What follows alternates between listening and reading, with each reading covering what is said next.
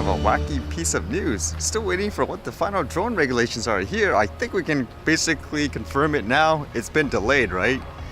Man, they're just taking forever. But then this one here says, judge balks at plea deal for a man who flew drone in Yellowknife airspace. Now, Yellowknife is way north in the Northwest Territory, if I'm not mistaken.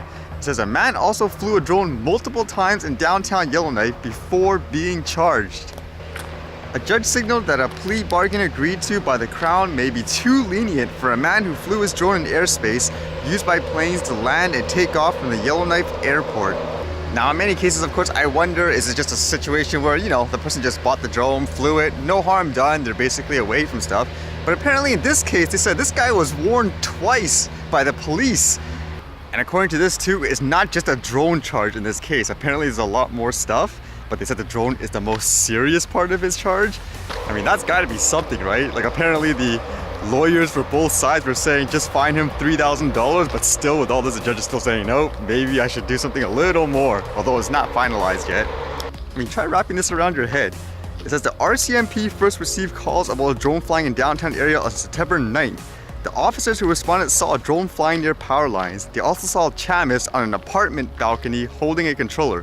They went to his apartment and advised him of the rules around flying drones. Okay, basically the first example is, okay, just don't do this again. This guy's like, okay. Now, according to these records, they said after they talked to him, they actually gave him like a brochure or something, I guess with the guidelines on where he can fly. And then it just keeps going on. It says a week later, September 16th, they got a call again about someone flying the drone to downtown. They went back, I guess they noticed him flying again, so they went back up to the apartment again. And the guy claimed, I'm not aware of any restrictions again. And he even said it was in pieces inside his apartment, like in terms of the drones. Like apparently he's saying he had crashed it or something like that. And of course, it says here, the officer, when he came in, he just pointed at the pamphlet on the table, the one with the restrictions, like, oh, busted. I just know when people try being like a drone police, if that's what you want to say. I just hate it when people say, for example, you're breaking this and this. Like, let's just assume the guy's like right in the tip of the border of a no-fly zone flying 20 meters in the air. I think that's ridiculous that people say, hey, you're breaking the law that way. But then if someone's doing it into the airports and stuff, that's a little different.